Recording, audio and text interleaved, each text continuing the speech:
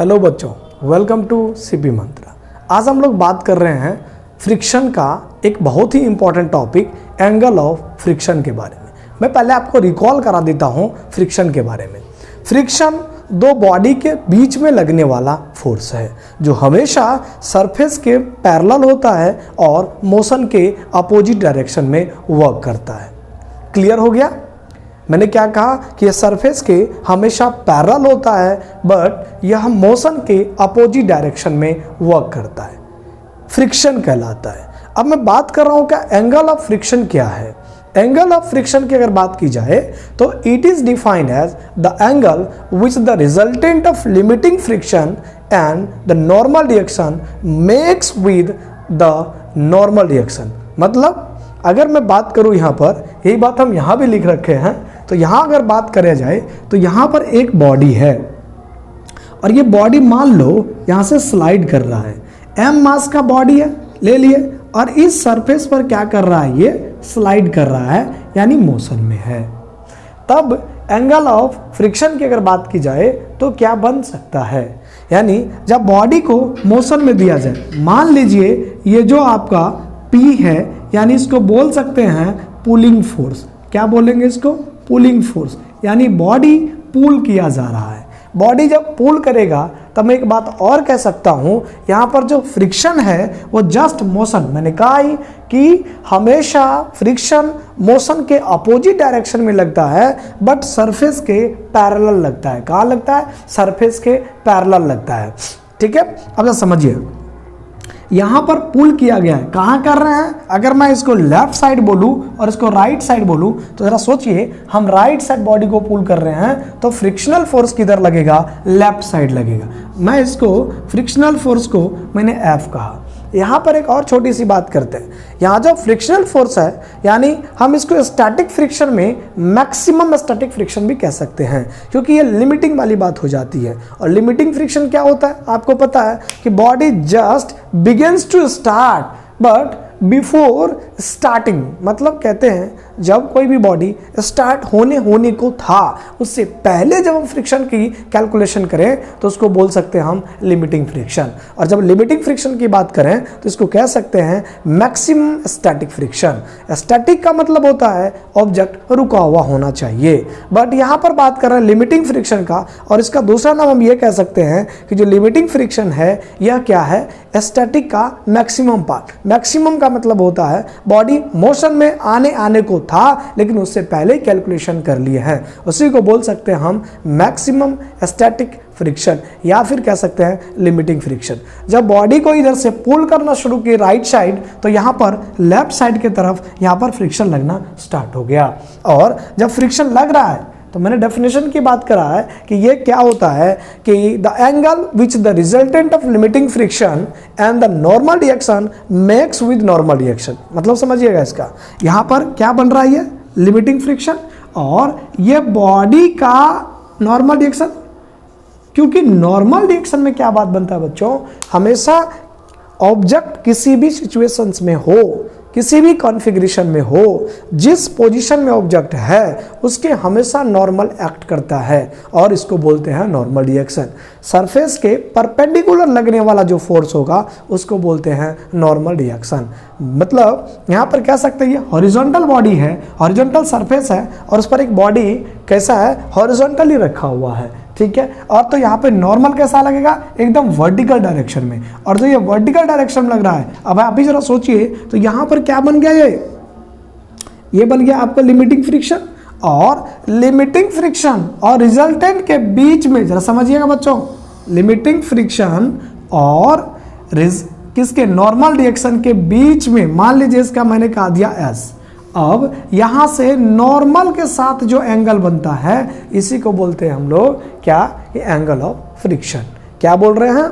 Angle of friction. Clear हो गया?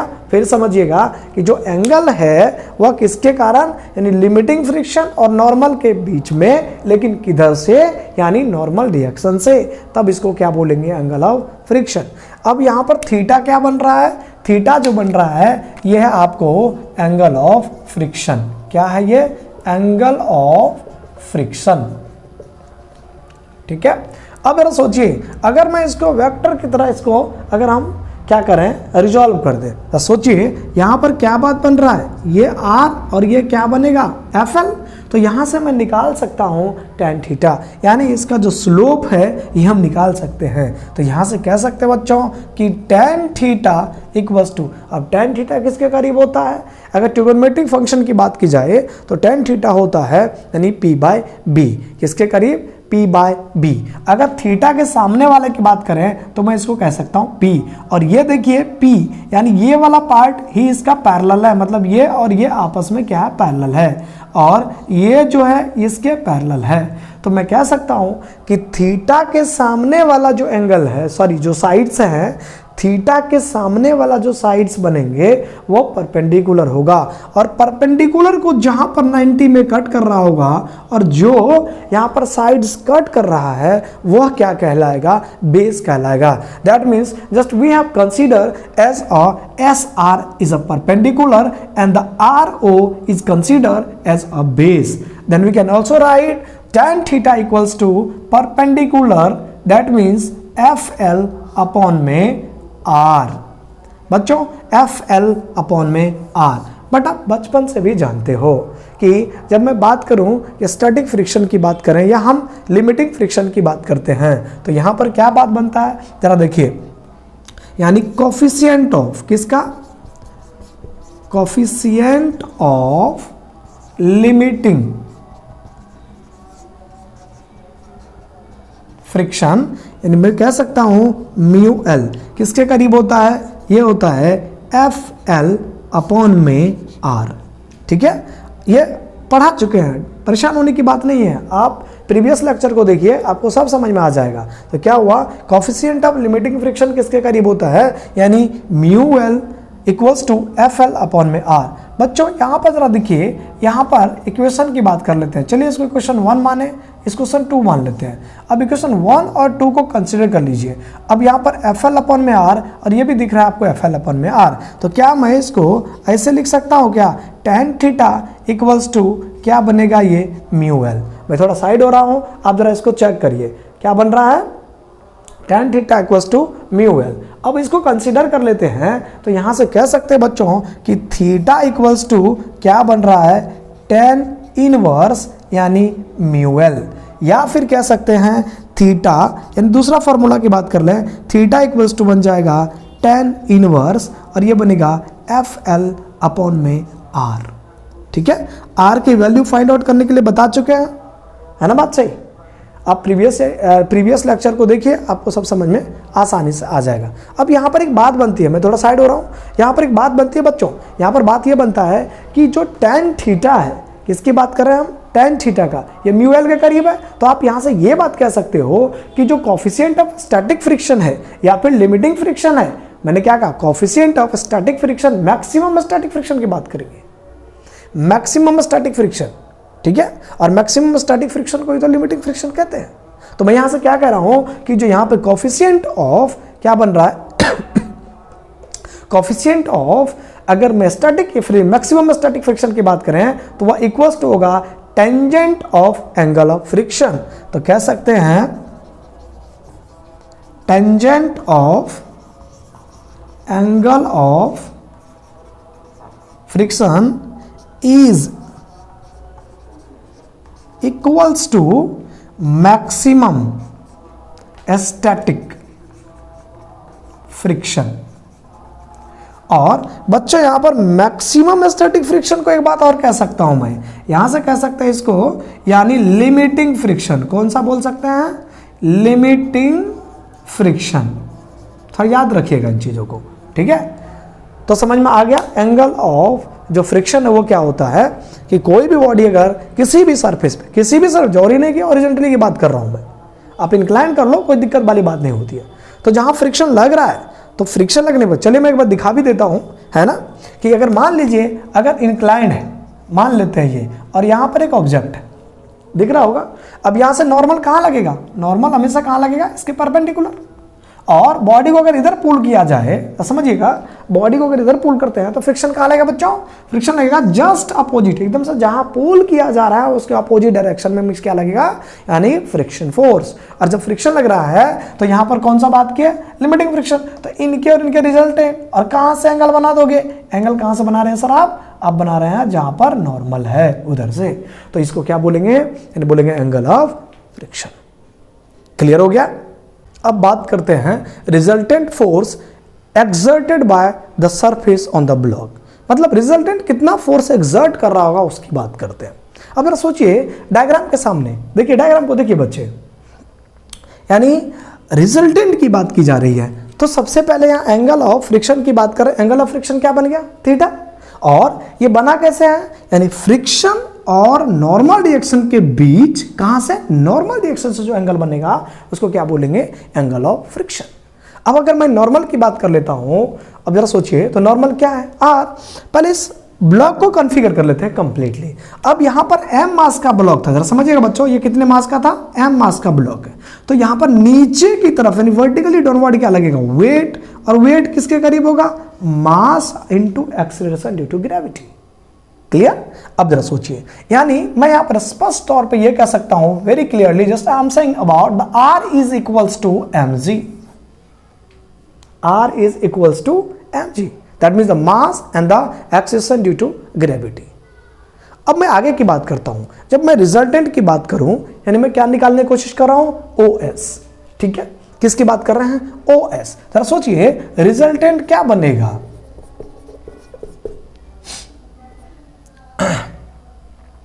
Resultant क्या बनेगा, यानी बात करते हैं S का, और यहां से जो बच्चे आपका रिजल्टेंट बन रहा है यानी OS, पाइथागोरस लगा दीजिए, कुछ मत करिए, पाइथागोरस लगाइए, जो बचपन से पढ़ते हैं उसी की बात करेंगे। फिजिक्स में बड़ी चीज थोड़ी ना होती है, आप भी सीख रहे हो और हम भी सीख रहे हैं, हाँ समझ रहे हो, दोनों भाई मिलकर सीखेंगे। तो यहाँ पर क्या बात बनता है कि रिजल्टेंट की बात करें यानी OS, तो यहाँ से कहते हैं कि OS का होल स्क्वायर इक्वल्स टू क्या बन जाएगा बच्चों, यानी परपेंडिकुलर और यहाँ पर बेस, यानी RS का होल स्क्वायर और प्लस क्या बनेगा, OR का होल स्क्वायर, है ना। अब जरा सोचिए ना कि OS किसके करीब है, मैं यहां से लिख देता हूं here OS equals to S, और RS की बात हो रही है, RS किसके करीब है, F के करीब मान लीजिए, FL, यानी कहते हैं इसको कि जो आपका मैक्सिमम स्टैटिक फ्रिक्शन की बात कर रहे हैं, या फिर हम किसकी बात कर रहे हैं, लिमिटिंग फ्रिक्शन की बात करते हैं, ठीक है। और यहां पर बात करते हैं बच्चों OR, जब बात करें तो यहां से कह सकते हैं OR इक्वल्स टू R, यानी ये क्या है आपका रिजल्टेंट, FL क्या है, यानी कह सकते हैं बच्चों यहाँ पे यानी मैक्सिमम स्टैटिक फ्रिक्शन या लिमिटिंग फ्रिक्शन, और R की बात करें तो इसको कह सकते हैं हम नॉर्मल, ठीक है। अब जरा समझिएगा, यहां पर इन सभी वैल्यू को यहां पर पुट कर देते हैं इन इक्वेशन में, तो यहां से बन सकता है S इक्वल्स टू, यहां बनेगा यानी किसके करीब, FL का whole square plus R square, और S equals to square root FL का square plus R square. But बच्चों just we have to find about these diagram when the pulling force P is just acted on the body, that means यहां से कह सकते हैं कि जो R बन रहा है वह किसके करीब बन रहा है, mass into acceleration due to gravity. But अगर मैं बात करूं यहां पर कि FL क्या बनेगा, तो FL कितना बनेगा, जरा कोशिश करिए इसको समझने का। मैंने कहा जो स्टैटिक फ्रिक्शन होते हैं या जो फ्रिक्शन होता है वो फ्रिक्शन हमेशा क्या होता है, नॉर्मल डायरेक्शन के प्रोपोर्शनल होता है। अगर आप प्रीवियस लेक्चर को देखें आपको बहुत क्लियरली ये अंडरस्टैंड हो जाएगा ये चीज़ें।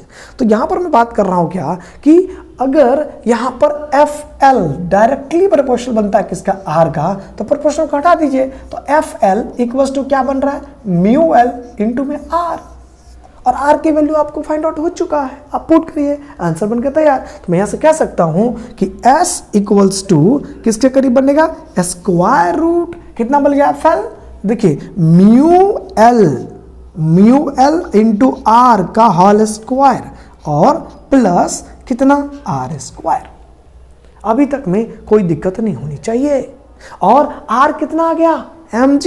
मैं कोशिश कर रहा हूं इससे कि मैं R और R को, कोशिश करिए यहां से m किसके करीब, s किसके करीब बन गया, square root mu L। Mu L में कौन है बच्चों, mu L into R, sorry mu L यहां पर आ गया कोफिशिएंट ऑफ क्या बन गया, यानी लिमिटिंग फ्रिक्शन। तो यहां पर क्या बात बनेगा, यानी म्यू एल का whole square into R square plus R square. अब यहां से देखिए आर स्क्वायर कॉमन ले लेता हूं मैं, आर स्क्वायर अगर हम कॉमन की बात कर लें तो यहां से बनता है square root R square, common करिए बनेगा म्यू एल का बोलिए कितना, होल स्क्वायर, अब प्लस बोलिए कितना 1। बच्चों यहां पर इसको भी मैं बाहर कर सकता हूं, कैसे बाहर कर सकते हैं जरा कोशिश करिए इसको समझने का। s इक्वल्स टू क्या मैं ऐसे लिख सकता हूं, आर स्क्वायर इनटू, और फिर से क्या लिख सकता हूं, म्यू एल का होल स्क्वायर, अब प्लस बोले तो 1, क्योंकि ये इसमें भी मल्टीप्लाई हो रहा है और इसमें भी मल्टीप्लाई हो रहा है। अगर ना यकीन हो तो मैं ऐसे कर दे रहा हूं, हाँ जी। तो यहां से स्क्वायर और स्क्वायर रूट को हम क्या कर सकते हैं, कैंसिल आउट कर देंगे। तो यहां से जो s बनेगा ये बनेगा r इनटू म्यू एल। अगर समझिए बच्चों क्या बन रहा है यहां से, म्यू एल। तो यहां से कह सकते हैं कि r equals to mu L का होल स्क्वायर, आप प्लस बोल दीजिए 1, और r किसके करीब है, mg करीब। यहां पुट कर दीजिए, s इक्वल्स टू क्या बन गया, mg, और यहां से बन गया म्यू एल का होल स्क्वायर, अब प्लस में बन गया 1।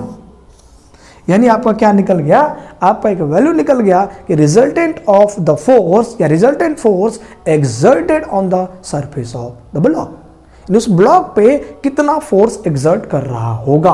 और जब मैं साइड हो रहा हूं, अब देख लीजिए यहां से क्या बन रहा है, mg इंटू म्यू एल का होल स्क्वायर प्लस 1। बच्चों यहां बात खत्म नहीं होती है, आपके मन में विचार आएगा, सपने भी आएंगे, हमारे आते थे खत्म हो गए, अब आपके आएंगे धीरे धीरे। अगर इस बॉडी को पुल किया गया, अब मान लो फ्रिक्शन नहीं हो, तो बॉडी को पुल किया जाए और उस समय को फ्रिक्शन ही ना दिखा दे तो यहां पर कहते हैं if there is no friction, that is कह सकते हैं म्यू एल इक्वल्स टू कितना, 0, और म्यू एल इक्वल्स टू 0 हो जाएगा तो क्या बनेगा, ये बनेगा mg स्क्वायर रूट 0 का होल स्क्वायर, आप प्लस बोलिए कितना 1। तो क्या मैं इसको क्लियरली लिख सकता हूं क्या कि s इक्वल्स टू जो बनेगा ये बन जाएगा कितना, देखिए तो mg करीब बनेगा। अच्छा यहां पर बात खत्म नहीं होती है, फोकस करिए, बात खत्म नहीं हो रही है। बात ये आता है कि भैया इसका रेंज कहाँ होगा, s का जो रेंज है ये कहाँ से कहाँ लाई करेगा। हम रेंज की बात कर लेते हैं, तो यहाँ पे क्या कर रहे हैं कि जो s का रेंज है, ठीक है, समझिए। आप प्रीवियस लेक्चर को देखिए ना, आपको सब समझ में आएगा। फिर नहीं समझ में आएगा तो आप बेझिझक क्या करिए, हमें एकदम फ़ोन उठाइए और फटाफट दे दबा मैसेज टाइप कर दीजिए, हम आपके सामने हाजिर है सर, आपके सर्विस में, टेंशन मत लीजिए। फिर यहां कह रहे हैं कि द रेंज ऑफ s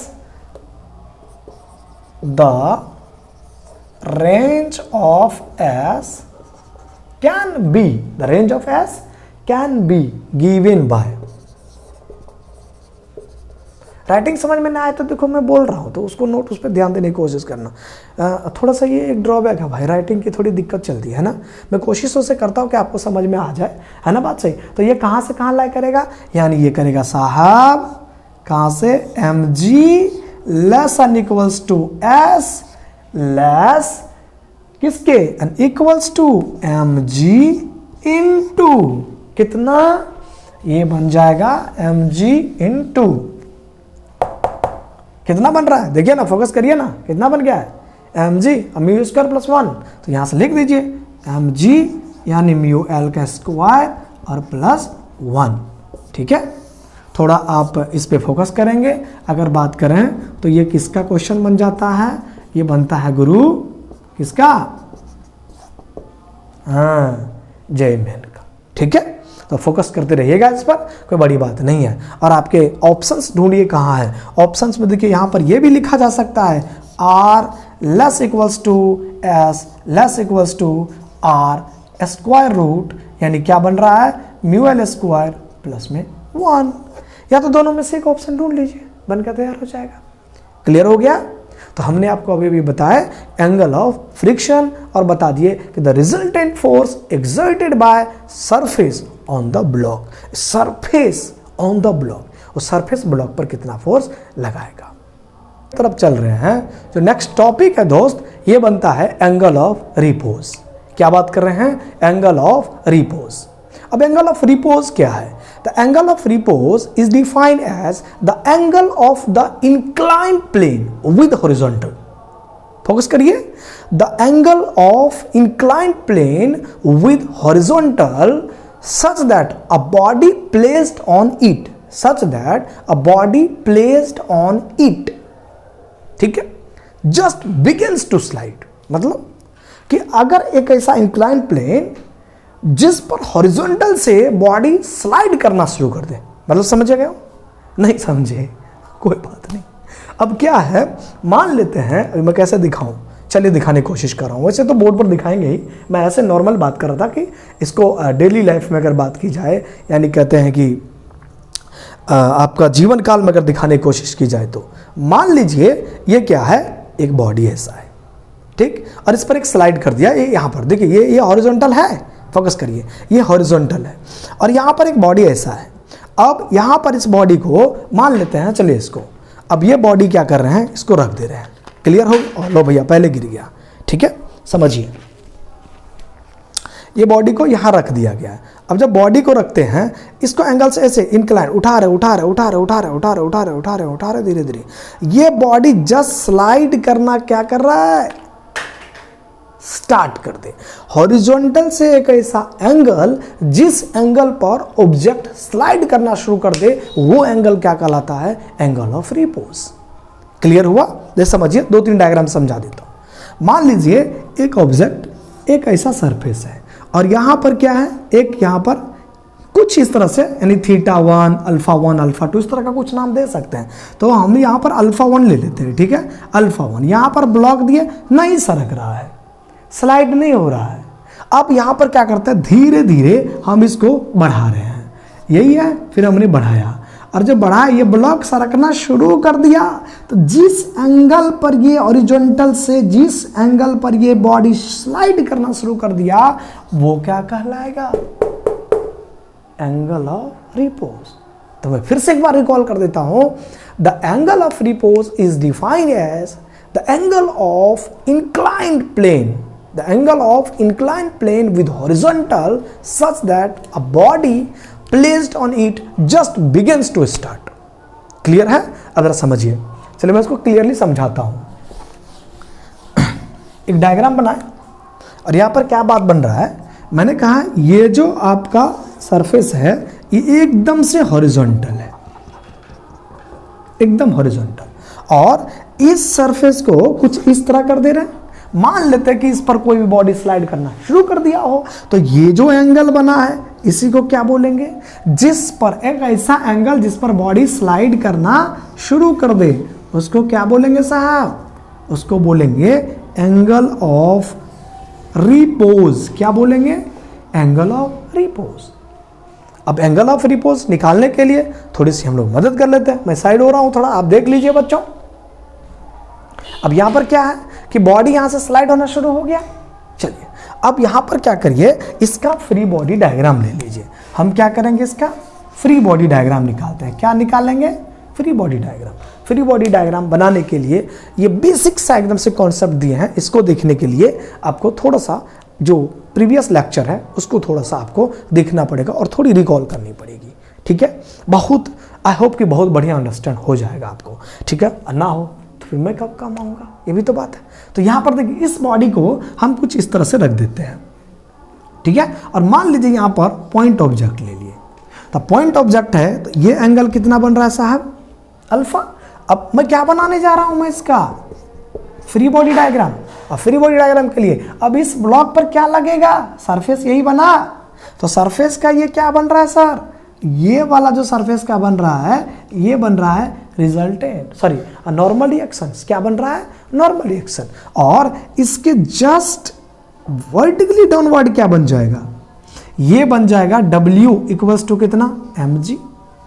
और जरा सोचिए, अब मुझे ये एंगल निकालना है। ये एंगल बनाने के लिए क्या करना पड़ेगा, इस एंगल की बात अगर कह जाए तो वही बचपन वाली बातें याद कर लीजिए। आप ऐसे कट करिए, ऐसे करिए, ऐसे करिए, ऐसे करिए। ये एंगल कितना है? अल्फा। तो ये कितना बनेगा? 90 माइनस अल्फा। तो ये कितना बन जाएगा? अल्फा बनेगा ना। तो यहां से क्या करेंगे, ये एंगल आपका बन रहा है यानी अल्फा।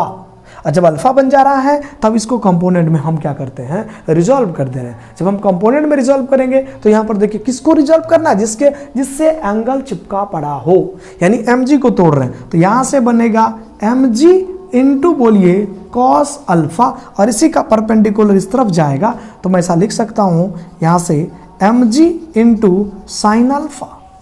क्लियर? अब यहां पर क्या है आपका? Normal reaction. और इस तरफ में कौन है?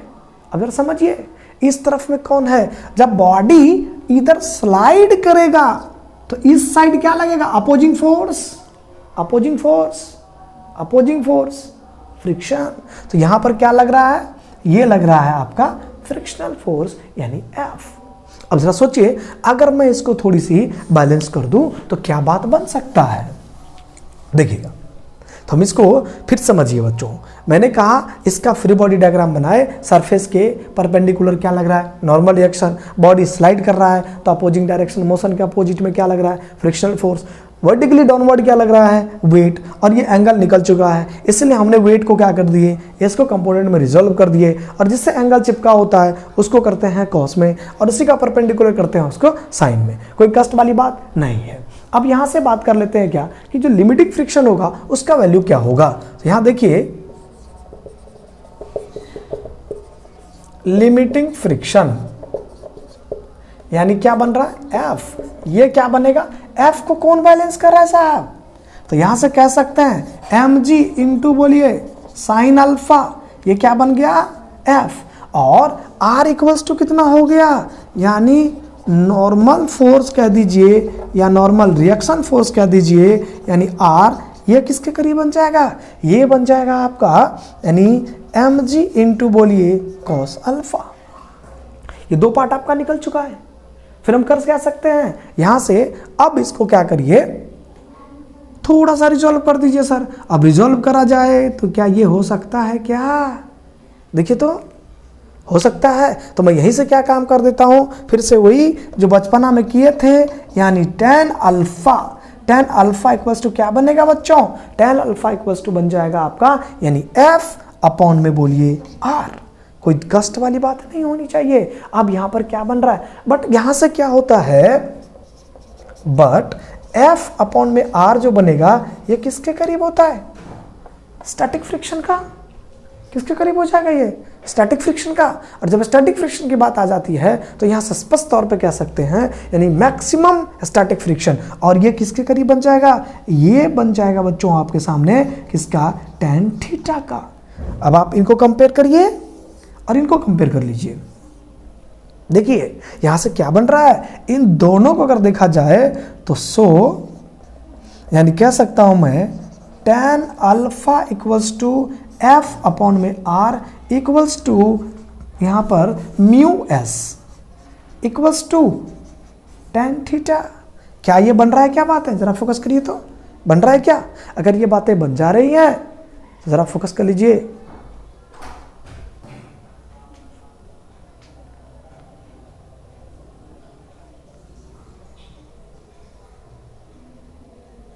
तो हम कह सकते हैं यहां से क्या कह सकते हैं कि जो आपका एंगल ऑफ रिपोज है, मैं क्या कह सकता हूं? इसको देखते हुए कह सकते हैं कि कोफिशिएंट ऑफ लिमिटिंग फ्रिक्शन, मैं यहां लिख देता हूं coefficient of limiting friction is equals to tangent of angle